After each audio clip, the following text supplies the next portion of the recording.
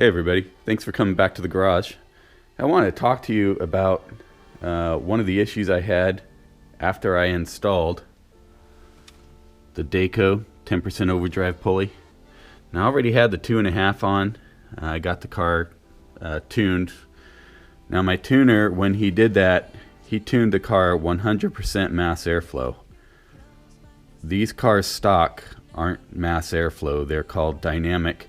And what that means is from idle up to a certain RPM, they run off of a speed density tune, and then they convert over to mass airflow all the way up to wide open throttle.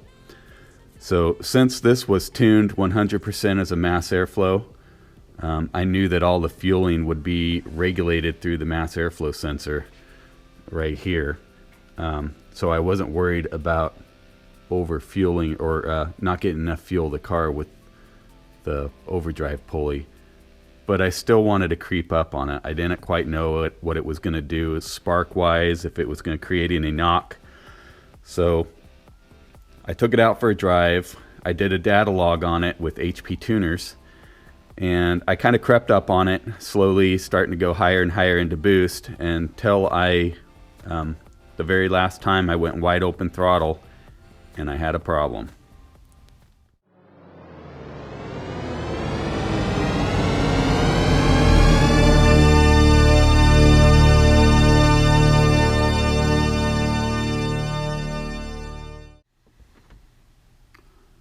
Okay, so here's a histogram of my run. So the green is my boost. Right now it's negative because I'm in vacuum. And if you watch this green line, you'll see it's pulsing there. So as I go ahead and hit play on this, here's the time marker here. You'll see the boost. I'm starting to come up, and now it's in boost. So it goes up 13 something psi, drops, comes back up, drops, comes back up, drops. Now it did that until I took my foot out of the throttle. It was surging. It wasn't real bad, but it definitely was not right. Something was wrong. So let me explain what that is. Okay, so here we are in the editor, and this is just a stock tune that I pulled up to show you what it looks like. So in torque management over here, you click on supercharger and you come over to boost disable. You notice the manifold absolute pressure disable is 27.8 psi, and the re-enable is 24.9. So what I figured what was happening, manifold absolute means that it includes barometric pressure, which where I'm at is about, I think it's 14.5 or something thereabouts. So when you do the math and subtract the barometric pressure from 27.8, you get right around 13 psi. So as soon as the ECM was seeing 13 pounds of pressure from the supercharger, it was dumping my boost. And then of course it's below the re-enable, so it allows boost. And so I was getting the oscillation that you saw in the histogram.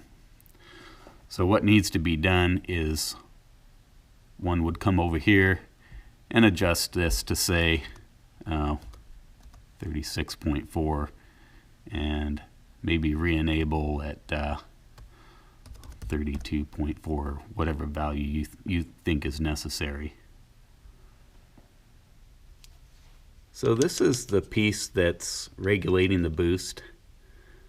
It actually has a linkage bar that controls a butterfly that dumps the boost, or actually just lets it recirculate so the rotors don't create boost when they're not needed. So there's a vacuum side, and then under here is the pressure side. Now I've heard of people taking off the pressure side and plugging it. I don't suggest that because I believe this is also used in torque management.